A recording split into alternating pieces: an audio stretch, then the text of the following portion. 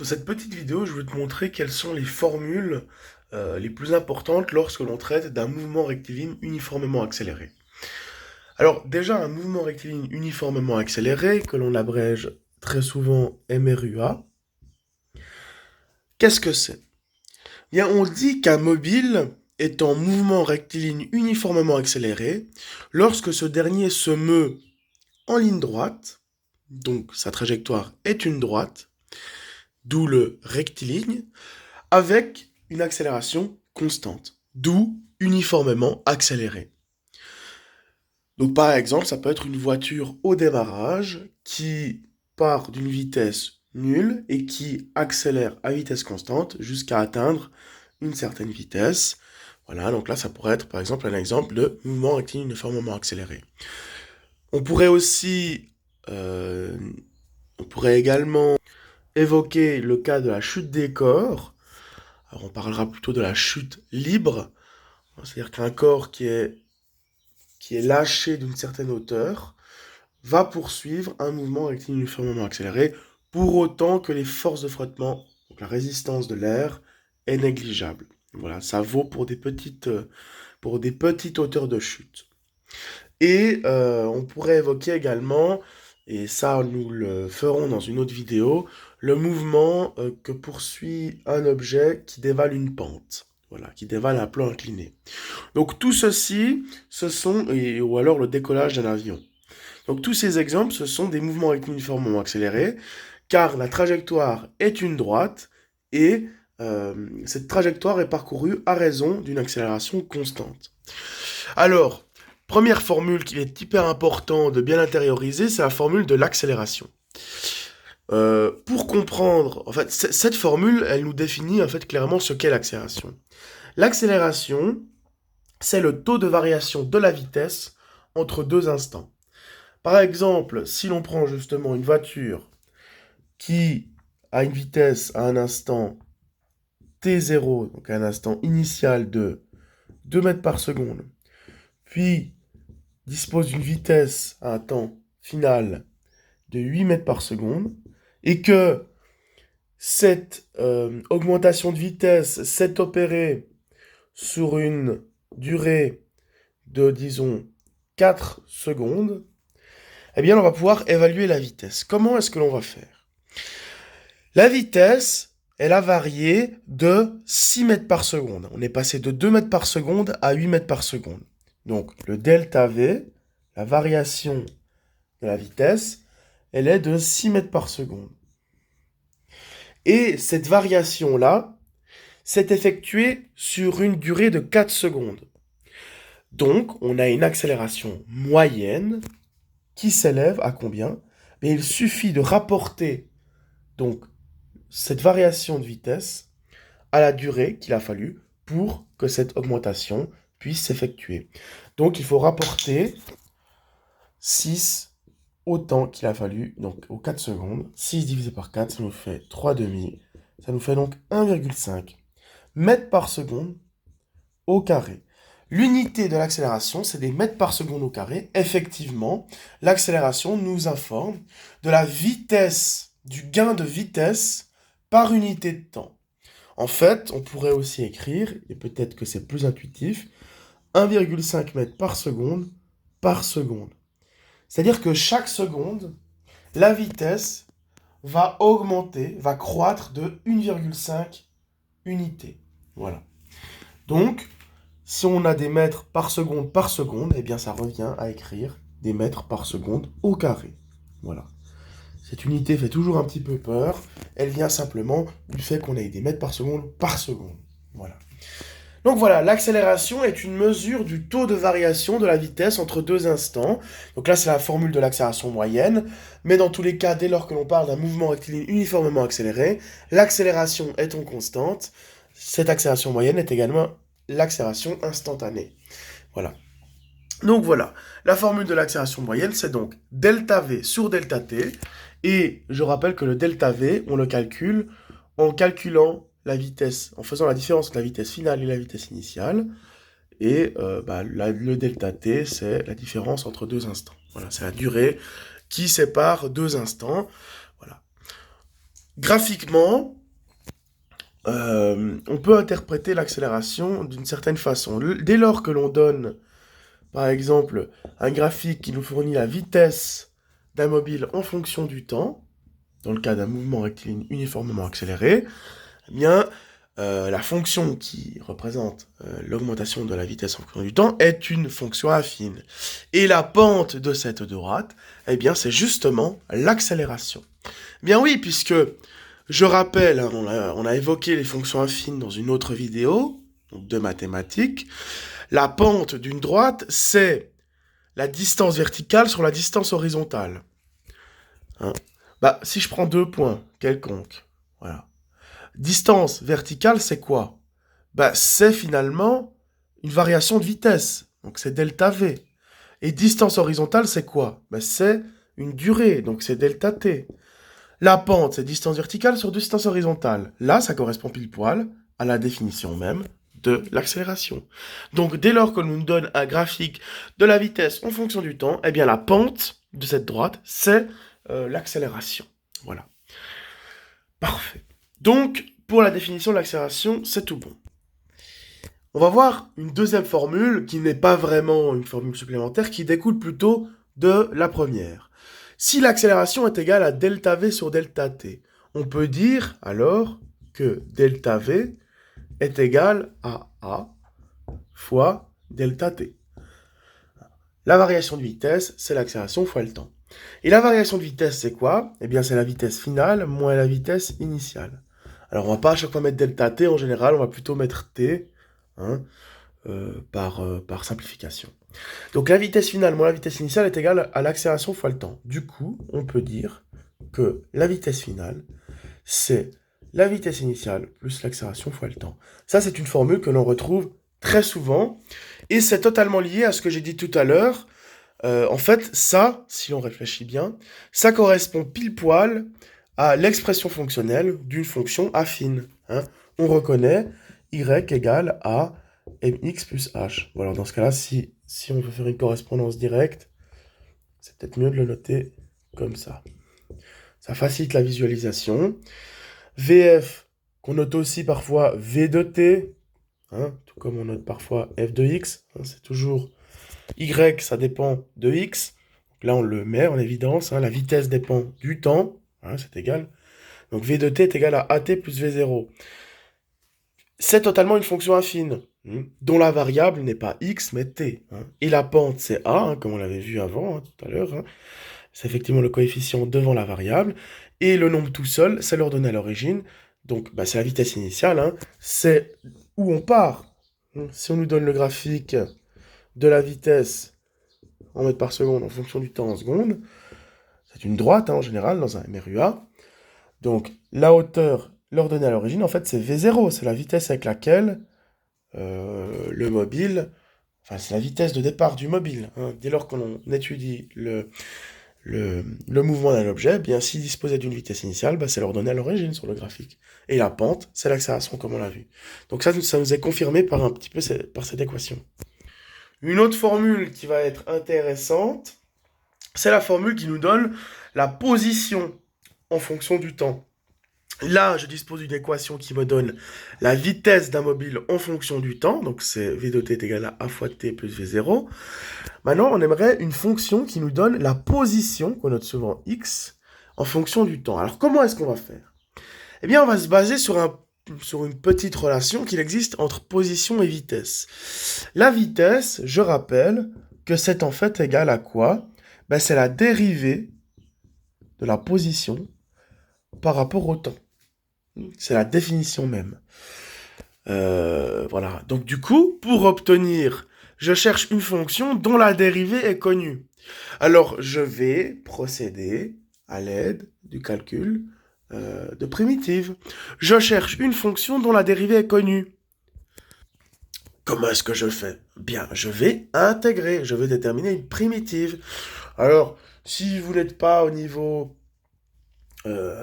lycée, 3e année de maturité gymnasiale, terminale S, première S, non, terminale S, spécialité maths en France, ce n'est pas grave, vous aurez simplement la formule comme ça, Et vous vous soucierez de d'où elle vient, certainement dans des années postérieures.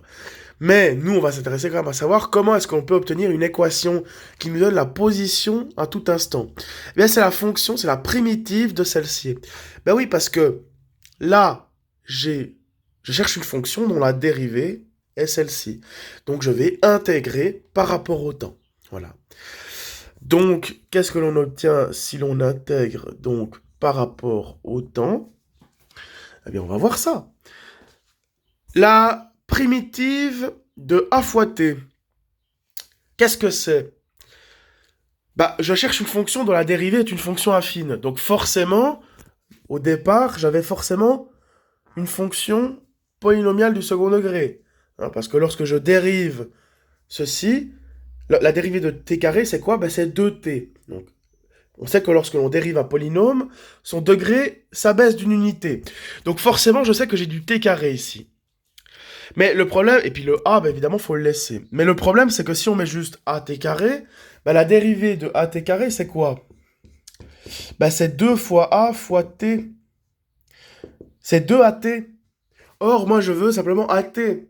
Donc, je dois ajuster avec un petit 1 demi. Hein. Donc, lorsque je dérive, c'est une formule hein, de primitive, hein, de polynôme, hein, moi je le montre de manière quand même intuitive. Donc, la dérivée de 1 demi de at carré, c'est bien at. Voilà. Maintenant, quelle est la primitive d'une constante? Eh bien, c'est une fonction affine. Donc, du coup, on aura ici v0t. Hein. On se rappelle que quand on dérive une fonction affine, on obtient une constante, une fonction linéaire, voilà. Et alors, évidemment, ici, il ne faut pas se tromper, il ne faut pas s'arrêter en si bon chemin, il faut toujours ajouter la constante d'intégration qu'on va nommer k, et on va déterminer la valeur de cette constante. Ben oui, parce que là, effectivement, si je dérive 1 demi de at carré plus v0 fois t, j'obtiens bien at plus v0, mais je pourrais rajouter n'importe quel nombre, n'importe quelle constante à cet élément principal, bien, j'obtiendrai toujours cette dérivée. Hein. Je rappelle que on dit toujours une primitive et la dérivée, parce que pour une fonction, on peut avoir une infinité de primitives qui diffèrent simplement d'une constante. Alors, quand on a des fonctions et qu'on demande de déterminer une primitive, alors il n'y a pas de souci, on peut rajouter n'importe quelle constante après l'élément principal de notre primitive. Mais là, on parle de la physique, donc on parle d'un mouvement. Donc c'est quoi ce cas? Il faut regarder les conditions initiales. Faut regarder quand t égale à 0, qu'est-ce qui se passe? Quand t égale à 0, ces éléments vont disparaître. Donc en fait, la constante k, ce n'est rien d'autre que la position du mobile à l'instant t égale à 0. Donc c'est la position initiale en fait. Donc voilà, on le note comme ça. On va noter x0. Voilà, la position du véhicule, en fonction du temps, est donnée par cette équation-là. On l'a prouvé à l'aide de calculs de primitives. Vous n'êtes pas obligé, évidemment, je l'ai dit, de recourir à cet outil. Mais voilà, comme ça, vous avez une idée d'où elle vient. Donc, on a une fonction ici du second degré. Donc voilà, la représentation graphique d'une telle fonction, c'est une parabole. Alors, bon, nous, on s'intéressera souvent qu'à une partie du graphique de la parabole, parce que nous, évidemment, on s'intéresse aux valeurs positives. Donc voilà. Donc souvent, le graphique qui nous donne la position du véhicule en fonction du temps, ce sera un morceau de parabole comme celui-ci. Voilà. Et alors, on peut lire des informations précises sur, par exemple, sur la vitesse, sur la vitesse, déjà. On avait dit que la vitesse, c'est la dérivée de la position en fonction du temps. Ah, c'est pratique, ça. Parce que nous, on a fait une vidéo qui était consacrée au nombre dérivé, aux fonctions dérivées. On avait vu que la dérivée, géométriquement, graphiquement, elle se définissait comme la pente de la tangente en un point de la courbe. Donc si, par exemple, admettons que je veuille déterminer la dérivée, enfin non, la vitesse à t égale 2, t égale 2 secondes, la vitesse du véhicule, du mobile après 2 secondes, qu'est-ce que je fais? Eh bien, je l'évalue en déterminant la pente de la tangente en ce point. Graphiquement, c'est ça. Graphiquement, c'est la pente de la tangente. Donc, si je dispose d'un graphique de la position en fonction du temps, il m'est possible d'évaluer la vitesse en n'importe quel instant en évaluant la pente de la tangente au point souhaité. Voilà. Donc voilà, c'est ça. Et puis ensuite, qu'est-ce que l'on pourrait dire? Ben, je crois que c'est tout. Mais maintenant qu'on a parlé de primitives, d'intégrales, etc., il me semble intéressant de relever autre chose. Si on me donne le graphique de la vitesse en fonction du temps dans un MRUA, notons que nous pouvons lire, alors, la pente, hein, on avait dit la pente du graphique, enfin la pente de la droite, c'était l'accélération, bien. Mais on peut également déterminer la distance parcourue. Ben oui, parce que je rappelle que la primitive, donc, de la fonction vitesse, c'est la fonction position. Et donc je peux déterminer graphiquement quelle était la distance parcourue, on se rappelle, hein. On peut calculer donc l'aire sous la courbe, hein, l'intégrale entre deux instants, bah c'est finalement, si je veux calculer donc l'intégrale entre deux instants, bah c'est finalement, ce que j'obtiens, c'est une distance. C'est une différence de deux positions. Donc c'est une distance. Je peux évaluer la distance qui a été parcourue en regardant l'aire sous la courbe, l'aire sous le graphe. Pareil, hein, avec le graphique de l'accélération, un peu moins intéressant.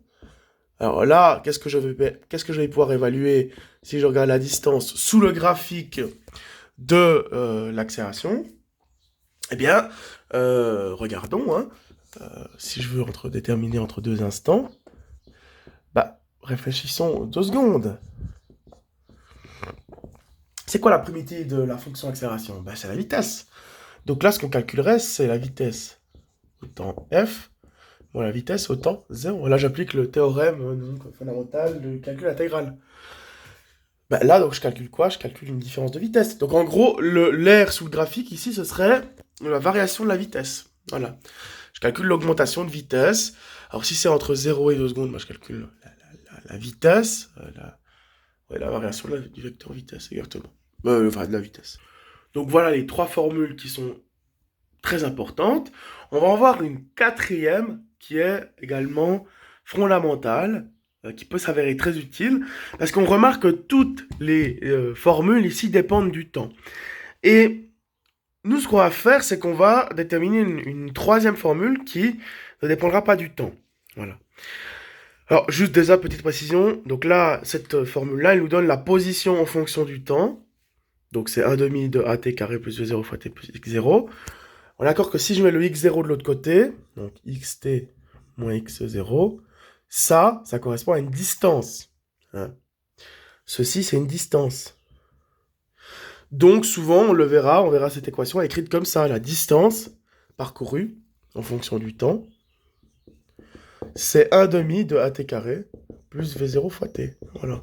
On utilise souvent comme ça. Parce que souvent, la position initiale, d'ailleurs, vaut 0. Hein. Voilà. Donc ça, c'est assez pratique. Ok. Alors, nous, ce qu'on va faire, c'est qu'on va prendre cette formule-là. Voilà. Et on va isoler le t. Et on va, donc si on isole, alors, par souci de simplification, au lieu de mettre v de t, ici, je vais mettre vf pour vitesse finale. Hein, c'est la même chose. Et là, voilà. Qu'est-ce qu'on va faire avec ceci? Eh bien, on va substituer t par vf moins v0 sur a dans l'expression ici. Si je substitue donc t par vf moins v0 sur a dans l'expression suivante, eh bien, je me retrouve avec une autre formule. Alors, on va me dire à quoi ça servit de faire ça? Ça va me servir à développer, à déterminer une autre formule qui ne dépend juste pas du temps. Parce que là, t, je l'ai substitué par ceci dans cette équation. Donc, du coup, je me retrouve avec une formule qui ne dépend pas du temps et on verra qu'elle est très pratique. Alors là, bon, il va falloir développer. Hein. Donc là, il va falloir développer. Donc, d égale à 1/2 fois a fois, alors là, j'ai une entité remarquable, hein, vf moins v0 carré, ça nous fait... Donc ça nous fait vf carré moins 2v0 fois vf plus v0 carré sur a carré. Hein. Et là, je développe le v0, donc je distribue. Voilà, donc ça me donne ceci. Là, alors, bon, le A, je vais mettre un 2 ici. Non, oui, c'est juste. Donc là, il y a un A qui va se supprimer. Maintenant, donc, j'ai une addition de deux fractions. Là, c'est 2A, là, c'est A. Bah, je dois simplement donc, multiplier ici par 2. Et je vais pouvoir additionner les deux. Oui, par contre, je vais multiplier par 2 aussi le 2V0 carré. Sinon, ça ne va pas, hein. Ce que j'ai fait, c'est très faux mathématiquement. Voilà. Ok, alors du coup, qu'est-ce que j'aurai? Eh bien, j'aurai VF carré moins V0 carré, hein, parce que les moins de V0 machin vont s'annuler ici. Donc je me retrouve avec D qui est égal à VF carré moins V0 carré sur 2A.